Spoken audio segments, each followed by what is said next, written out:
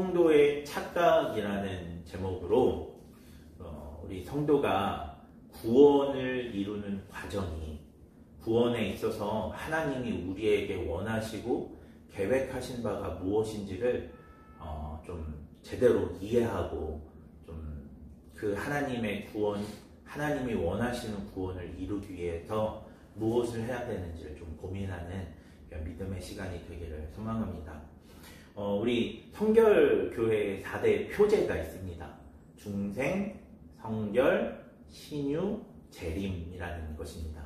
특별히 오늘 중생과 성결이라고 하는 이 전도 표제에 대해서 잠깐 이야기를 나누면서 말씀을 시작하고자 합니다.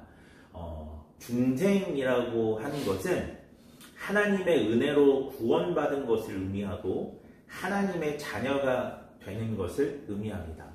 다시 말하면 우리가 죄인이었던 우리가 하나님의 자녀가 되는 극적인 변화, 예수님의 십자가 사랑을 인정하고 주 예수가 나의 구원자 되심을 인정함으로 우리가 하나님의 자녀가 되는 그 사건, 거듭남의 사건을 중생이라고 표현합니다. 그런데 이 중생한 사람, 중생한 상태는 하나님의 자녀가 되기는 했지만 아직은 죄성에 의해서 유혹을 받고 넘어지는 것을 반복하는 상태이기도 합니다. 내가 하나님의 자녀가 된 것은 맞습니다. 그런데 하나님의 자녀로서 아직은 하나님의 자녀가 갖는 그런 위대한 능력과 권능을 경험하지 못하는 상태를 중생의 상태라고 합니다.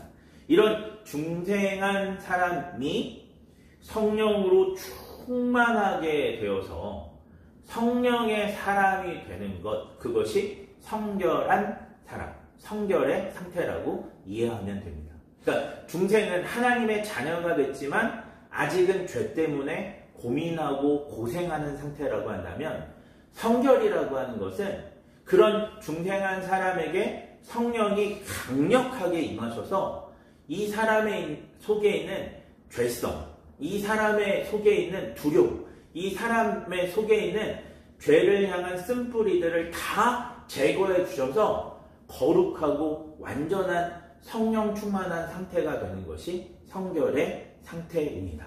이것을 베드로의 예를 들어서 설명하면 이렇습니다.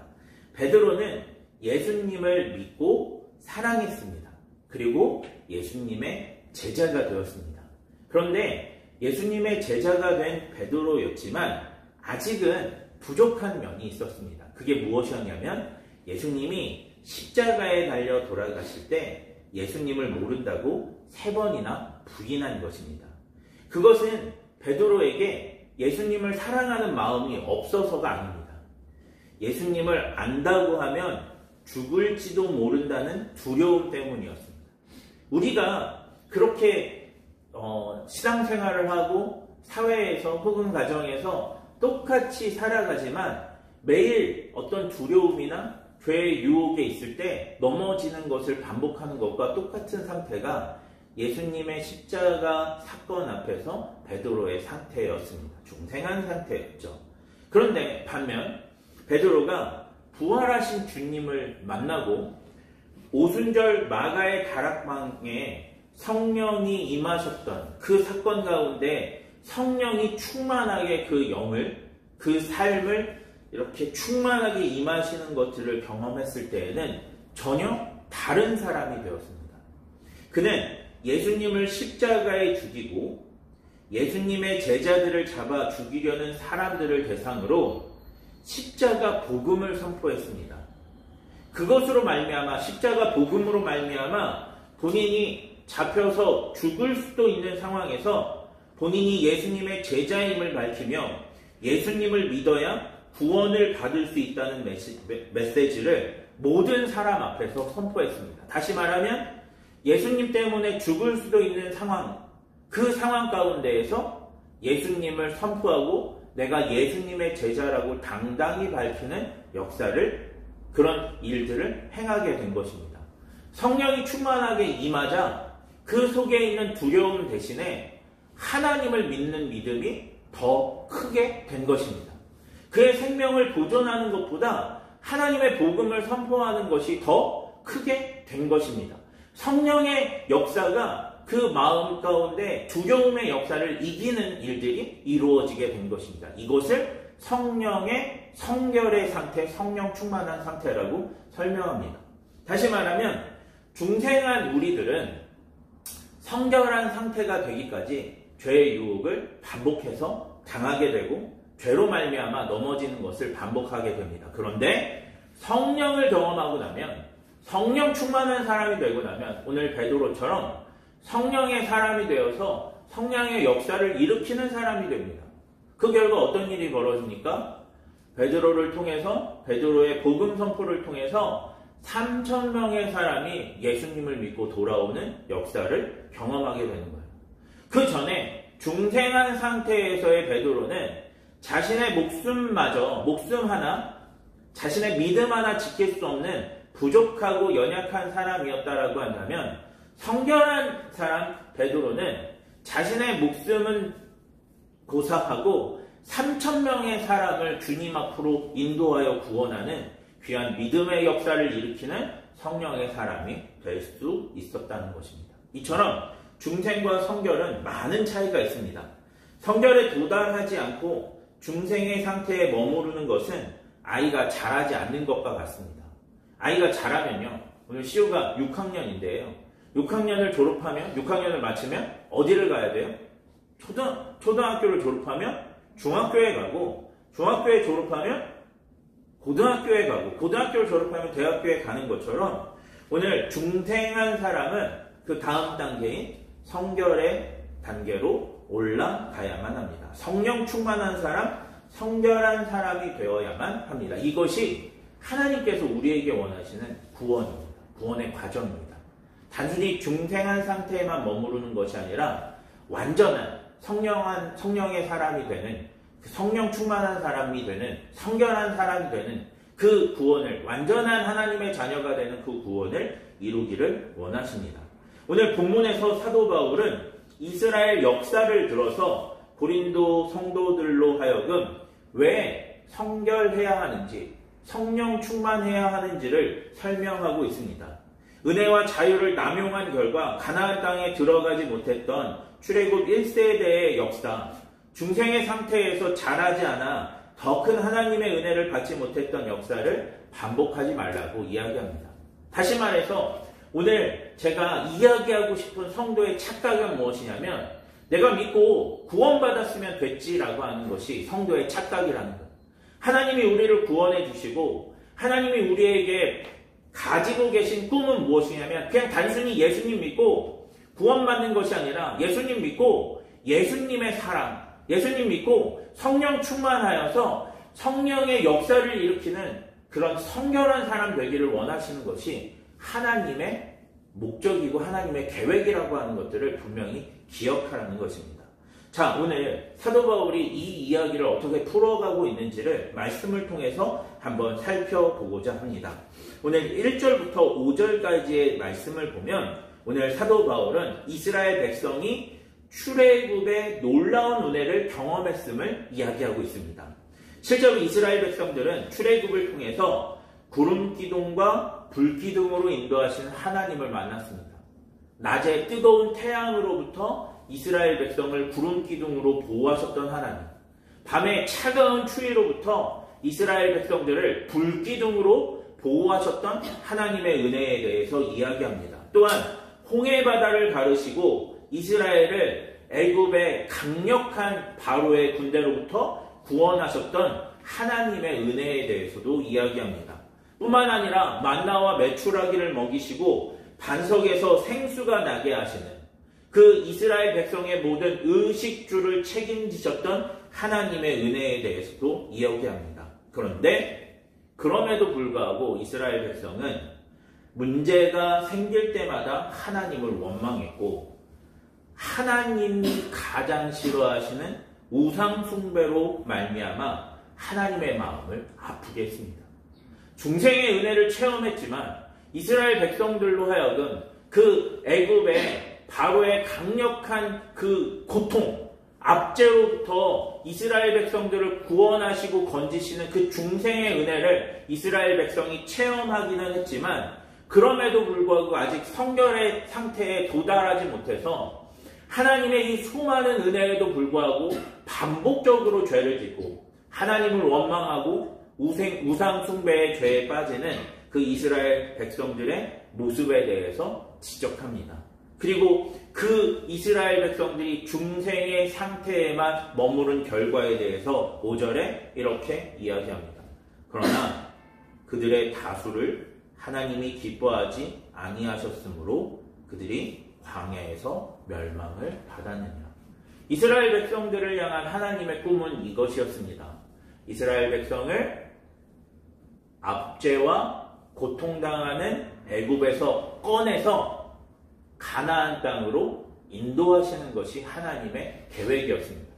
이스라엘 백성을 하나님의 백성 삼아주시고 그 하나님의 백성이 살아갈 터전인 가나안 땅을 주셔서 그 땅에서 하나님의 은혜로 말미암아 젖과 꿀이 흐르는 그 가나안 땅을 누리며 사는 것이 하나님의 계획이었습니다. 단순히 그 애굽을 죄와 사망의 법, 중생의 그 상태에서 머무르게 하는 것이 하나님의 꿈이 아니라 가나안 땅에서 하나님이 주시는 귀한 평안과 은혜를 풍성히 누리게 하는 것이, 그런 성결을 누리게 하는 것이 하나님의 꿈이었습니다. 그러나 이스라엘 백성들이 중생의 상태에만 머물며 죄와 사망의 법으로 자꾸만 돌아가려고 하나님을 원망하고 차라리 내가 애굽에 살았으면 좋겠다라고 하는 말로 하나님의 마음을 아프게 한 결과 그들이 중생한 상태에서 성결한 상태로 이루지 못하고 하나님이 주시는 그 놀라운 은혜와 평강을 누리지 못하고 광야에서 죽음을 맞이하게 되었다라고 하는 경고의 메시지입니다. 사도 바울은 이처럼 이러한 출애굽 1세대의 역사적 과오를 언급하며 이스라엘의 죄를 구체적으로 6절에서부터 언급합니다. 이스라엘 백성이 우상 숭배하며 성적으로 방탕한 삶을 살았던 죄, 주님을 원망한 죄, 그 결과 하나님의 심판을 당했던 사건을 계속해서 언급합니다. 우상 숭배로 말미암아 3,000명이 죽임을 당하게 되었고 주님을 원망하다가 광야에서 불뱀에 물려 많은 사람들이 죽음을 당했던 것을 이야기합니다. 이를 통해서 사도 바울은 중생의 상태에 머물러서 계속해서 죄성에 넘어지는 그런 죄로 말미암아 심판당하는 역사를 반복하지 말라고 강조합니다. 그러면서 이스라엘 백성들 혹은 고린도 성도들 혹은 이 자리에서 그리고 이 예배에 참여하는 우리를 향해서 이렇게 얘기합니다. 그런즉 선줄로 생각하는 자는 넘어질까 조심하라. 너희가 중생의 은혜를 받았다고 해서 그것이 전부라고 생각하는 착각, 그 착각은 위험한 것이다 라고 이야기합니다. 내가 구원을 받았으니 됐다 라고 하는 이 생각은 굉장히 위험한 생각이다 라고 얘기합니다. 그러면서 사도 바울이 하는 이야기는 이것입니다. 하나님의 백성다움을 유지하고 죄에서 멀어지기 위해 애쓰는 것은 성도의 당연한 의무이며 성도가 구원을 이루기 위해서 계속해서 애쓰고 노력해야 되는 거룩함을 유지하는 성도가 되는 것은 우리의 의무라고 이야기하는 것입니다. 그렇습니다. 우리는 불완전합니다. 우리의 상태는 불완전한 상태입니다. 지속적으로 하나님의 은혜가 필요합니다. 그래서 계속해서 성령을 구해야 하고 성령의 임재를 위해 거룩하기를 힘써야 합니다. 믿음의 선한 싸움을 싸워야 합니다. 선줄로 생각하지 말고 하나님의 은혜와 능력을 겸손하게 구하는 자가 되어야 합니다. 성령 충만한 사람이 되어야 한다는 것입니다. 제가 지난주에 소송하지 말라라고 하는 말씀을 가지고 뒷담화하지 않아야 된다라는 메시지를 전했습니다. 여러분 기억하십니까? 그런데 소송하지 말라. 그래서 성도가 성도다움으로 하나님의 말씀을 잘 지킴으로 오히려 손해보는 삶을 살아야 된다라고 말씀을 전했는데, 제가 이 말씀을 전하고 내가 소송하지 않는 자가 되겠습니다. 제가 뒷담화하지 않는 자가 되겠습니다. 라고 그렇게 선포하고 선언하고 제 마음속으로 결단했습니다. 이번 주에는 정말로 내가 다른 사람을 욕하는 말을 하지 말아야지라고 결단을 했습니다. 그리고 만나는 사람마다 이 이야기도 했습니다. 내가 이 말씀을 지키려고 결단했습니다. 내가 오늘 욕하지 않기로 결단했습니다라고 이야기했습니다. 그런데 여러분, 중요한 사실이 무엇인 줄 아십니까? 제가 그렇게 얘기를 하고 정말 잘하셨다고, 내 영혼이 하나님의 말씀을 지키지 않아서, 내 영혼이 하나님의 말씀을 따르지 않아서 병드는 것 같아서 이런 선택을 했다고, 잘하는 것 같다고 칭찬하고 그리고 격려해 줬던 사람이랑 30분 뒤에는 또 누군가를 욕하고 있었다는 사실입니다. 제가 중생한 사람이고 제 마음에 구원의 확신이 있습니다. 그런데 그럼에도 불구하고 제 삶은 계속해서 죄의 관성을 따르는, 죄된 그 습성을 버리지 못하는 모습들이 계속해서 반복되고 있는 거예요. 그리고 나서 제 마음에 드는 허탈함은 무엇이었냐면, 또 내가 무너졌구나. 또 내가 실수했구나. 또 내가 시험에 빠졌구나 라고 하는 생각을 계속해서 반복해서 했다라는 사실입니다. 그런데 이런 삶은 비단 저뿐만 아니라 여러분도 동일할 거예요. 두려움이라고 하는 것 때문에 매일 반복적으로 넘어지는 사람은 두려움 때문에 또 하나님 앞에서 하지 말아야 할 실수들을 반복할 때도 있습니다. 또 정욕에 빠지는 사람들은 정욕 때문에, 음욕 때문에 또한 하나님 앞에 지어서는 안 될 죄들을 반복적으로 짓는 사람도 있습니다. 게으름에 빠지는, 게으름이라고 하는 죄에 빠져서 하나님의 말씀, 하나님의 뜻에 순종하지 못하는 사람들도 있습니다. 이것이 저와 여러분이 삶을 살아가면서 느끼는 중생이고, 그 중생의 상태고, 저와 여러분이 가지고 있는 불완전한 상태입니다. 그런데 오늘 사도 바울은 그것은 실패의 길이요 멸망의 길이다라고 이야기합니다. 계속해서 그렇게 죄로 반복해서 넘어지는 삶을 그렇게 따라가지 말라, 그런 역사를 반복하지 말라고 이야기합니다. 그러려면 무엇을 해야 되느냐? 우리가 선줄로 생각하지 말아야 된다는 거예요. 할렐루야. 우리가 이것으로 됐다고 생각하면 안 된다는 거예요. 이 중생으로 내가 구원받았으니 됐다라고 하는 그런 착각에 빠지면 안 된다는 거예요. 나는 여전히 죄에 빠질 수밖에 없는 불완전한 존재라고 하는 사실들을 인지하고 하나님의 은혜가 필요하다는 걸 인지하고 주님 앞에 날마다 반복적으로 기도하며 주님 앞에 나아가야 되는 거예요. 성령이 필요합니다. 주님, 나에게 은혜가 필요합니다. 주님, 내가 거룩해지려면, 죄에 빠지지 않으려면 하나님의 도움이 절실하게 필요합니다. 주님, 저에게 은혜를 베풀어 주십시오. 저에게 역사해 주십시오. 저에게 성령을 보내주십시오. 라고 계속해서 반복적으로 하나님의 은혜를 구하고 또 구하는 그 기도가, 그 간절한 간구가 필요하다라는 거예요. 할렐루야. 오늘 그래서 사도 바울은 이렇게 얘기합니다. 선줄로 착각하지 말라. 선줄로 생각하지 말라. 너는 여전히 하나님의 은혜가 필요한 사람이라고 하는 것 인정하라고 이야기합니다. 그러면 그렇게 우리가 하나님의 은혜가 필요한 사람이라고 인정할 때 어떤 일이 벌어집니까? 기도하게 됩니다. 하나님의 은혜가 필요하다라고 생각하면 기도하게 되고, 하나님의 은혜가 필요하다라고 생각하면 내가 그런 죄의 유혹에 빠질 일들이 생길 때 그 죄의 유혹에 빠지지 않도록 애쓰게 됩니다. 내가 술 먹을 때마다 죄를 짓는 사람이라고 한다면 술 마시는 자리를 피하게 됩니다. 내가 거기에 약한 사람이라는 걸 알기 때문에. 도박이라고 하는 죄에 날마다 빠지는 사람이라고 한다면, 그래서 그런 죄 때문에 하나님의 은혜로부터 내가 멀어진다는 사실을 인지했다라고 한다면 그 도박을 할 수 있는 가능성들을 그 삶에서 제하는 노력들을 하게 됩니다. 그런데요, 여러분, 예전에 우리 금연했던 친구가 얘기하는 것처럼 아무리 금연하려고 애쓴다고 할지라도 우리의 의지로는 그 금연이 쉽지가 않아요. 하나님의 말씀을 따르는 것이, 죄를 짓지 않는 것이 쉽지가 않다라는 거예요. 그래서 애쓰고 노력하는 것 위에 이런 것들이 필요합니다. 성령의 충만한 임재가 필요한 것입니다. 할렐루야. 성령이 역사해 주셔야만, 성령이 우리의 마음을 잠식해 주셔야만, 성령이 우리 가운데 함께 주셔야만 우리가 성령과 함께 이 문제를 해결해 나갈 수 있다는 거죠. 할렐루야. 성령이 함께 주셔야만 죄와 싸움에서 승리하며 나아갈 수 있는 거예요.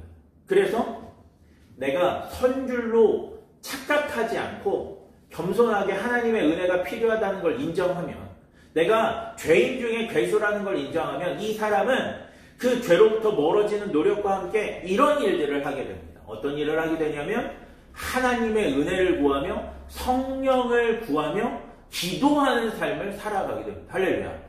그리고 성령을 통해서 기도하는 삶을 살면 하나님께서 우리에게 놀라운 일들을 허락해 주시는데, 그것이 무엇이냐면 성령을 우리에게 부어 주시는 거예요. 할렐루야.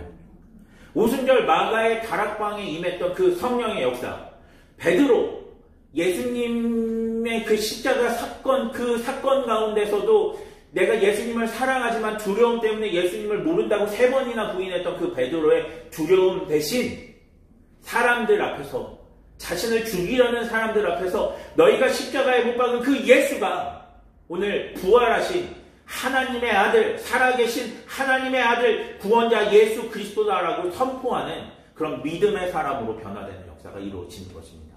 할렐루야. 어떻게 할 때예요? 우리가 성령을 구하며 나아갈 때, 선줄로 착각하지 않고 중생의 은혜로 다가 아니다라고 착각하지 않고 성령이 필요하다는 걸 인지하며 주님 앞에 나아가게 되는 것이죠. 그리고 그렇게 성령을 인지하고 성령의 은혜와 능력들을 구하며 나아갈 때, 그리고 성령을 체험하게 될 때 우리의 그 성령을 체험한 우리의 상태가 이렇게 됩니다. 그것이 13절의 말씀입니다. 같이 한번 읽어볼게요. 시작. 사람이 감당할 시험 밖에는 너희가 당한 것이 없나니 오직 하나님은 너희가 감당하지 못할 시험당함을 허락하지 아니하시고 시험당할 즈음에 또한 피할 길을 내사 너희로 능히 감당하게 하시느니라. 아멘. 자, 말씀을 가만히 한번 살펴보십시오. 하나님이 미쁘십니다. 하나님이 굉장히 좋으신 분이라는 거예요. 하나님이 우리를 사랑하시는 분이라는 거예요. 그러면 우리를 사랑하시는 하나님이 내가 선줄로 착각하지 않고 하나님의 은혜가 필요하다라고 겸손하게 주님 앞에 나아가며 기도하며 나아갈 때 어떤 일이 벌어지는가? 그 미쁘신 하나님이 너희가 감당하지 못할 시험당함을 허락하지 아니하신다라고 말씀하십니다. 할렐루야. 감당하지 못할 시험당함을 허락하지 않으신다. 이 말씀은 무엇이에요? 우리가 또다시 그 죄의 유혹에 빠지지 않도록 우리의 삶을 지켜주신다라는 거예요. 할렐루야. 우리가 또다시 두려움에 빠지지 않도록 두려움의 상태를 해결해 주신다는 거예요. 다윗이 골리앗 앞에 섰을 때 얼마나 두려웠을까요? 굉장히 두려웠을 거예요. 그런데 그 두려움의 다윗으로부터 두려워하지 않은 마음을 허락해 주신다는 거예요. 다윗이 두려워하지 않은 마음들을 갖게 된 이유가 뭐예요? 뭐냐면 다윗은요, 그때 그 3m의 거구인 골리앗을 본 게 아니라요, 성령 충만한 다윗은요, 그 전쟁에 승리를 허락하시는 하나님을 보게 됐거든요. 할렐루야. 그러니까 하나님이 나를 통해서 이 골리앗을 쓰러뜨려 죽이실 수 있다라고 하는 믿음이 그 마음 가운데 강력하게 장착된 거예요. 그리고 그 믿음이 장착되니까 어떤 일이 벌어져요? 두려움으로 막 쭈뼛쭈뼛 그렇게 나아간 것이 아니라 물맷돌 하나 가지고 휙휙휙 그 돌멩이 하나로 이 골리앗을 쓰러뜨릴 수 있다라고 하는 믿음, 하나님이 역사하실 것이다라고 하는 믿음을 가지고 그렇게 그 전장에 나아갈 수 있었던 거예요. 두려움을 극복하며 두려움과 싸워서 승리하며 하나님이 골리앗을 넘어뜨리는 그 가운데, 그 믿음의 그 승리의 현장 가운데 쓰임받는 믿음의 사람이 된 거예요. 할렐루야. 우리가 아예 두려워하지 않게 되는 역사가 이루어진다는 거예요.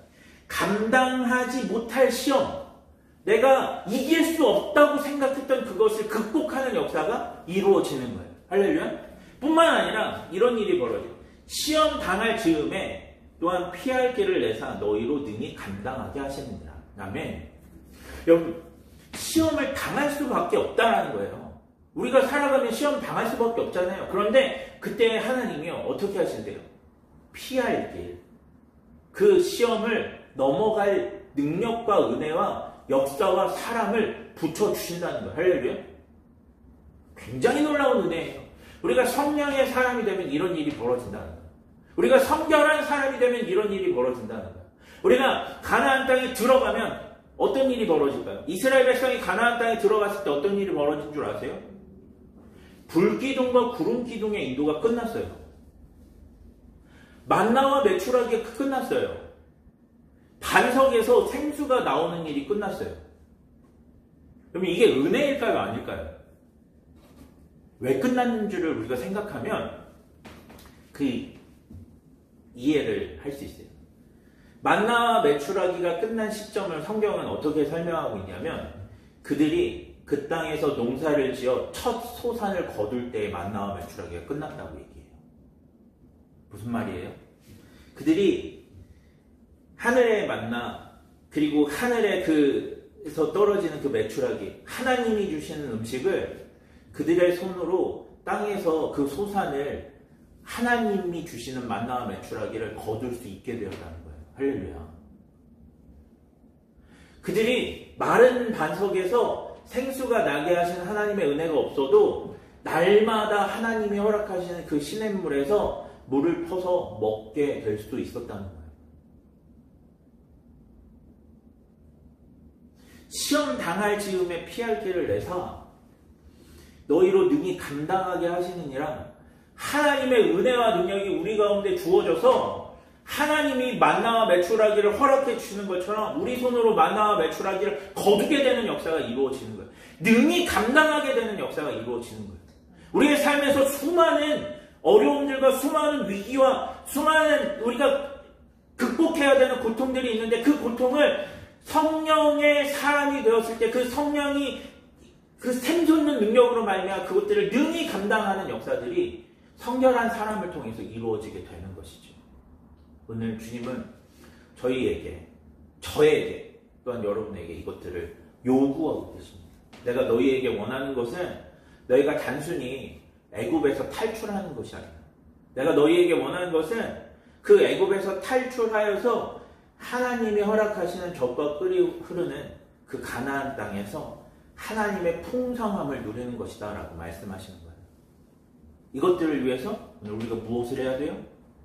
성령을 구해야 되고 성령 충만해야 되고 성령의 사람이 되어야 하는 줄 믿습니다. 이 말씀을 기억하면서요. 미쁘신 하나님, 감당하지 못할 시험당함을 허락하지 않으시는 하나님, 또한 시험 당할 때 피할 길을 주셔서 능히 감당하게 하시는 우리에게 그러한 성령의 능력과 성령의 은사들을 부어주시는 그 하나님을 경험함으로 오늘 중생에서 머무르는 사람이 아니라 성결한 주님의 사람이 되는 그렇게 자라고 성장하는 귀한 믿음의 사람